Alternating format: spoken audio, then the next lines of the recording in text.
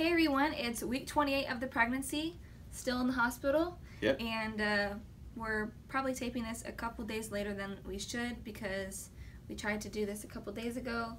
This is not probably, we're like 28 weeks and 3 days today. Why would you interrupt me right now? I finally do it and you interrupt me. Sorry. Good. A couple days ago we tried to do this and I was emotionally erratic and unstable, so it didn't happen. Parts of it did, so parts of it might make it in here. What? Did I say probably again? No. Alright, well, since our last update at 26 weeks, we've had a few things, a few updates happen. One, we moved rooms, Yes. which you may see before or in the middle or after this video. I don't know what you'll do. Of our room, a room tour, hospital cribs. Yeah. And we had a couple sonograms, one of which we had measurements done. And then thirdly? What's the third? Thirdly? The hiccups? Thirdly, yeah, the hiccups happened. Well, I guess I could talk about that. Mm-hmm. But actually, the third thing I think I was going to say is that I got the doctors to agree for the nurses to only come in here once per shift to do my vitals. Yes. Which is every introvert's dream. So those are the few updates. So as far as the room update, as you could see from our hospital cribs video, it's way better. Even though you didn't see the other one, for those who visited, it was much smaller. It was like probably this is like 50% bigger for sure. Yeah, so it was like half the size. The shower is better. There's a sink in the bathroom and everything. Mm-hmm. I didn't realize how crammed we felt in there until we came in here, and I was like, oh, peace. Yeah. Just felt so much better. So the room happened, thankfully. And then as far as updates with the sonogram, the first sonogram that we did a couple weeks ago, they just checked fluid levels like they always do when they don't do measurements, checked the Dopplers, everything looked good. There wasn't any more additional fluid. We're not really seeing any additional fluid at this point, kind of just the same where they see like maybe a pocket of fluid, and it's been about like the biggest that they're measuring it at is about like 1.7 centimeters, which the normal case for women, it can be anywhere from 5 to 15. Maybe you can say like 25 even. Oh yeah. It's something crazy. Yeah.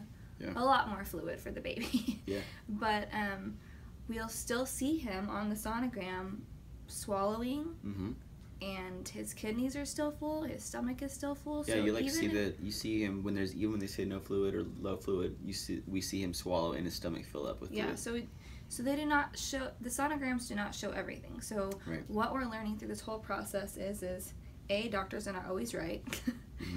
B, technology does not show everything. Yeah. And there's no C.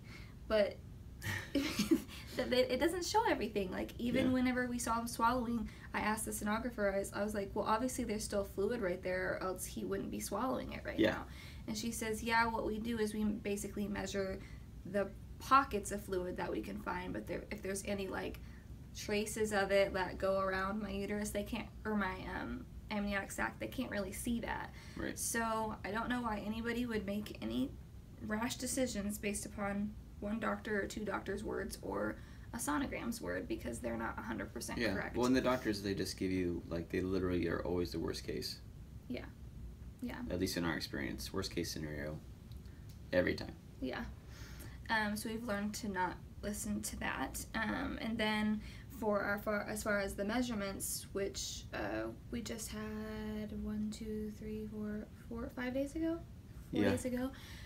They got him measuring at 1.5 pounds, which that was like the minimum we wanted to see him grow up. But we were also very excited about that, because when we first got admitted, he was measuring at like 10 ounces. Yeah. And then the next measurement we had, he was measuring at 15 ounces. And then this measurement, he was measuring at a pound and a half. Which to go from... Which is like 26 ounces. Yeah, so to go from 5 ounces to basically growing 9 ounces after that. So he almost doubled his weight gain between those 3 weeks and the other 3 weeks. Yes. So if we see that again, which we're praying and we're hoping for, a double weight, I mean, he would closer to 3 pounds or so Yeah, at 31 weeks. Yeah, Basically he would 31 weeks. Closer to 3 pounds, which would be getting to be about up to gestational age, which is awesome and perfect, and that's what we've been praying for. Yeah. Is that he would exponentially grow, and at this point, like, it's weird to say, but 1.5 pounds. Normally babies are like, oh, like 7, 8, 9 pounds or something, and I'm like, yeah, 1.5 pound baby. Because I mean, when you're looking at preemie and you're looking at a potential like emergency C-section or whatever, you're like, oh, from a 15-ounce baby to a 1.5 pound baby, the chance of survival and them being able to incubate the baby and all that is just so much higher. Yeah, and big difference. So I feel like after that appointment, our hope is just, I feel like a weight, I guess, has been lifted up a lot, and especially seeing over the last couple times that he is growing, gives me that much more hope. Not that my hope is in the numbers or in everything that we see, but it's definitely, like my good friend Diane says, there's symptoms of salvation, symptoms of God breaking through and showing us that He's doing everything He can do to help sustain Truman. Yes. And then the third thing is the did you have anything else to add about the measurements or? No, he's growing well in proportion and everything, and I mean, and they check the same things. They're happy with it. The doctors are happy with his growth. Yeah, they didn't have anything bad to say. I mean, if there was any sort of emergency at all, they would have checked it. Oh, the other thing is that now that we're at 28 weeks, they are, for as far as the fetal monitoring, which that I do twice a day, they are looking at different things for his heart rate on the heart rate strip.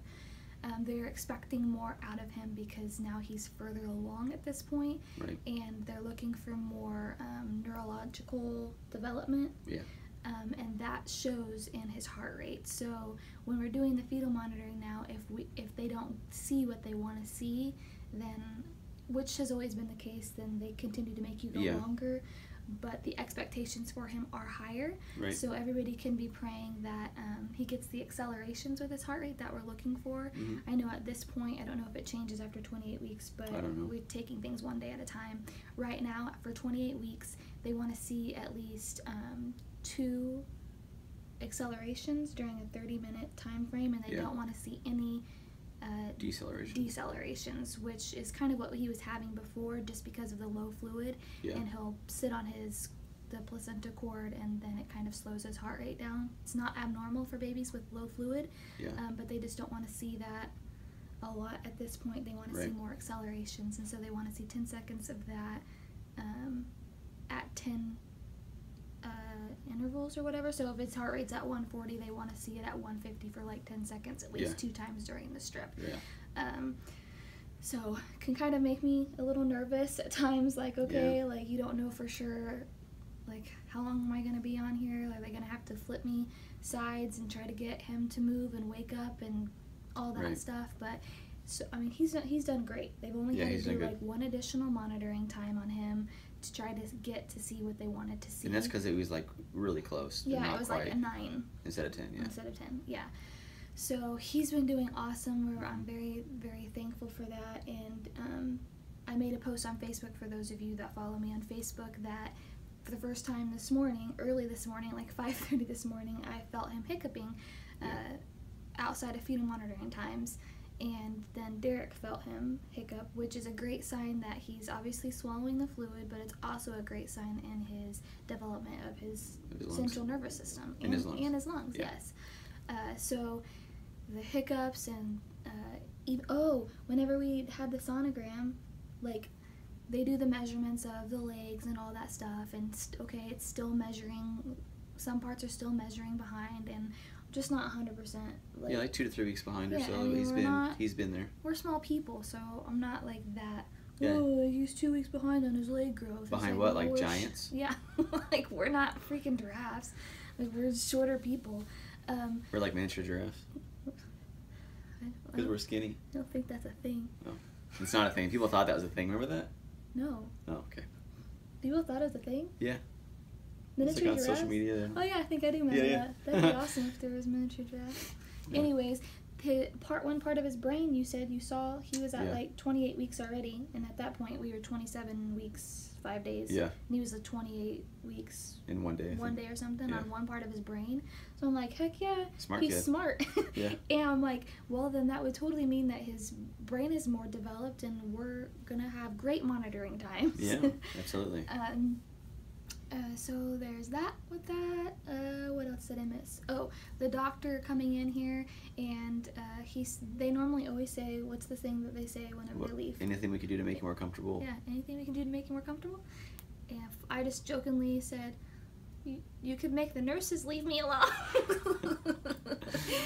And I kind of like you laughed too. I threw it out there. Yeah, there's a little passive aggressive about it. Yeah. And he's like, well, they already leave you alone from 12 to 6 because I have a sign on the door that says midnight to from 6 a.m. midnight to 6 a.m. Yeah. Ooh, leave me alone from 12 to 6. And I go, yeah, well, that doesn't count all the times during the day. Yeah. And he said, well, how many times are they checking your vitals? I was like every 3 to 4 hours? He goes, oh, there's no need for that. You've been here a while and you're stable enough.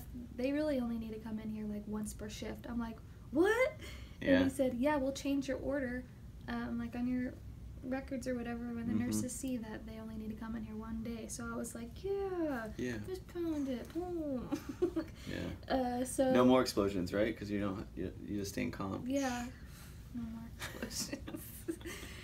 So I'm excited about that. I mean, I know that we're being life givers to the people that are here, but we've also been here how many days? Like 37, 37 days or something. Yeah.